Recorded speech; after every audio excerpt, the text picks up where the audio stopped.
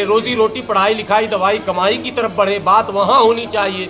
ये तब होगा जब कॉम्युनल पॉलिटिक्स पर लगाम लगेगा। वो लोग जो बेलगाम हैं, जो मुसलमानों की दाढ़ी टोपी देखते ही टूट पड़ते हैं, वो लोग जो बेलगाम हैं, जो ट्रेनों पे हमले कर देते हैं, बसों पे, बाजारों पे हमले करते हैं, उन पे कानून का खौफ होना चाहिए। हम मुसलमानों को भी प्रिवेंशन ऑफ एट्रोसिटी एक्ट में शामिल किया जाए। कोई अगर दलित को जाति सूचक नाम से गाली भी बकेगा तो उसका क्या अंजाम होगा पता है ना?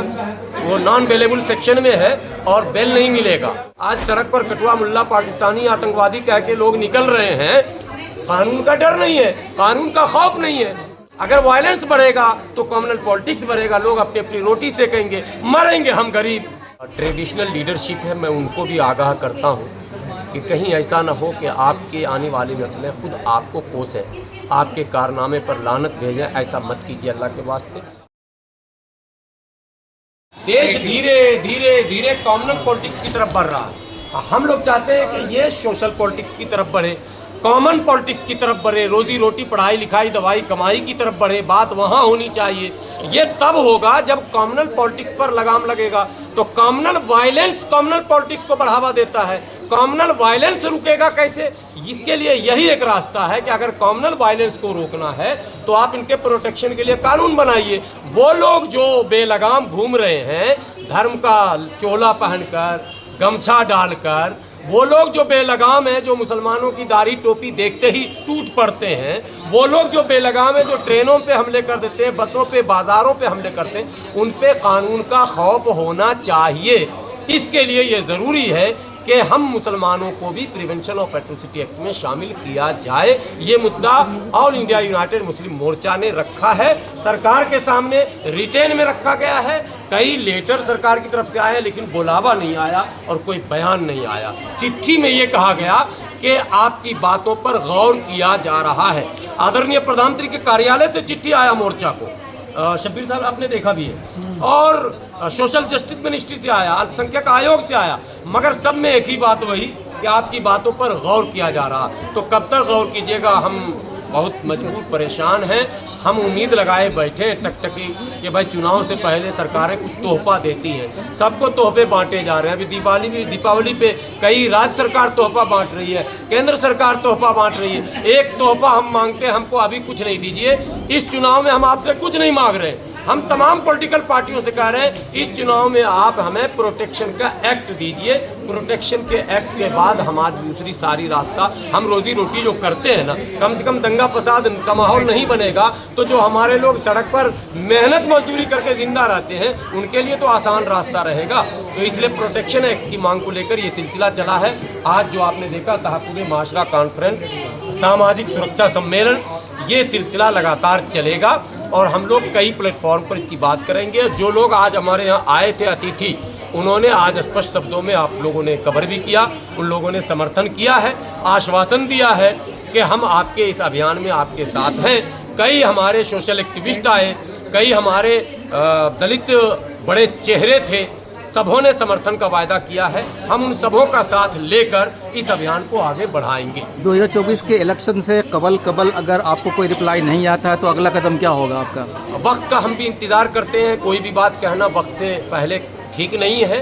2024 में अभी वक्त है, अभी 2 सेशन भी आने वाला है। हम लोग टेबल टॉक भी कर रहे हैं, हम लोग लेटर भी लिख रहे हैं, हम लोग सारा काम लगातार कर रहे हैं। हमको उम्मीद है कि 2024 से पहले सरकार बुलाएगी, ज़रूर बुलाएगी, ये उम्मीद है।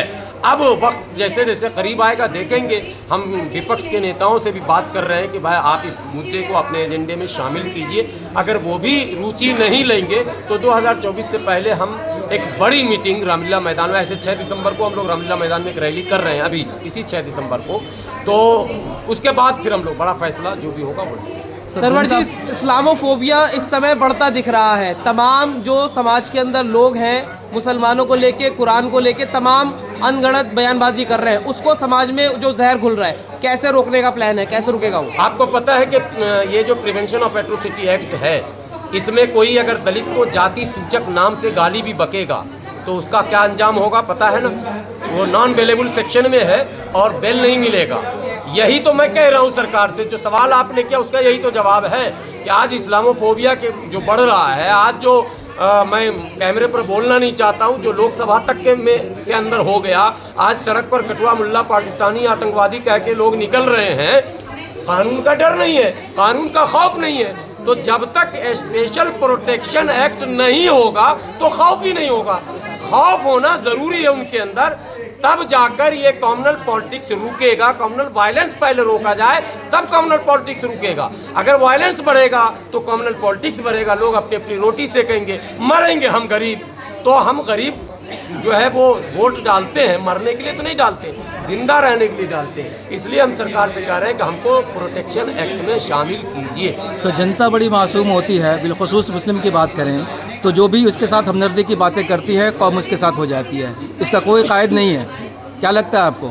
ये बदकिस्मती हमारी है, हम भी उस समाज के पार्ट हैं। लेकिन जो ट्रेडिशनल लीडरशिप है, मैं उनको भी आगाह करता हूँ कि कहीं ऐसा ना हो कि आपके आने वाली नस्लें खुद आपको कोसें, आपके कारनामे पर लानत भेजें। ऐसा मत कीजिए अल्लाह के वास्ते। हम उन तमाम जो रवायती सियासत और रवायती लीडरशिप जो हमारे यहाँ है, जो थोपा गया हमारे ऊपर, हमने माना भी है उनको, हमने सबको माना, इमाम बुखारी साहब से लेकर और जमीयत जमात सबको माना। इन रवायती लीडरशिप के रहनुमाओं से मैं कहूँगा कि अल्लाह के वास्ते आप भी इश्यूज़ को फ्रेम में लाएं और इशू पर बात करें। नॉन इशू पर खतरे और खतरा और इस्लाम और हिंदू पर, इससे मैंने आए दिन वो जो कम्युनल पॉलिटिक्स है वो और मजबूत हो रहा है। तो हम उस कम्युनल पॉलिटिक्स को अगर कमज़ोर करना चाहते हैं तो ज़रूरत इस बात की है कि हम इशू पर अपनी बात समाज के बीच करें। समाज बोलेगा तो कामयाबी मिलेगी। समाज से पब्लिक सरकार डरती है, किसी व्यक्ति से नहीं डरती है। तो इस आवाज़ को हम सामाजिक आवाज़ बनाना चाहते हैं। सर, आम मुसलमान बहुत कन्फ्यूज्ड है कि वो क्या करे। ऐसे हालात में आम मुसलमानों को क्या मैसेज देना चाहेंगे ऐसे हालात में? खत्म हो रहा। देखिए, मैं तमाम आप पत्रकार भाइयों को कहता हूँ, बड़े बड़े एक्टिविस्ट आ रहे हैं मैदान में, जामिया के, अलीगढ़ के और कई जगह से पढ़े लिखे निकल रहे हैं। और आप देखिए अभी जो पसमानदा मूवमेंट चला है, नए नए चेहरे आए हैं, अल्हम्दुलिल्लाह मुद्दे पर बात कर रहे हैं और कन्फ्यूज़न नहीं है समाज में। समाज कोई बात में ठीक है, जज्बात में बह ज़रूर जाते हैं। इंशाल्लाह इस बार लोग मोर्चा थामे हैं और कई जमातें एक्टिव हैं जो कन्फ्यूज़न को ख़त्म कर रही हैं लगातार। देखिए ये भी आपके सामने शब्बीर मंसूरी साहब, आप इनसे लीजिए बयान। लगातार अभी रायबरेली, महाराजगंज, लखनऊ, पूरा पश्चिम होते हुए हापुड़ ऊपर होते हुए आए हैं और मुस्तकिल प्रोग्राम चला है। सोशल मीडिया पर मैं इनसे कनेक्ट रहता हूँ, बात भी होती रहती है। लगातार प्रोग्राम हो रहा, तो प्रोग्राम जो कंटिन्यू हो रहा, बेदारी भी आ रही है। पब्लिक समझ रही है कि इस बार मुद्दे पर बात करनी है, नॉन इशू पर बात नहीं करनी। और जो सेक्युलर पार्टी है वो आपका वोट नहीं मांगती है, बल्कि आप खुद से वोट देने के लिए जाते हैं। इंशाल्लाह इस बार उसको मांगना पड़ेगा, मांगना पड़ेगा।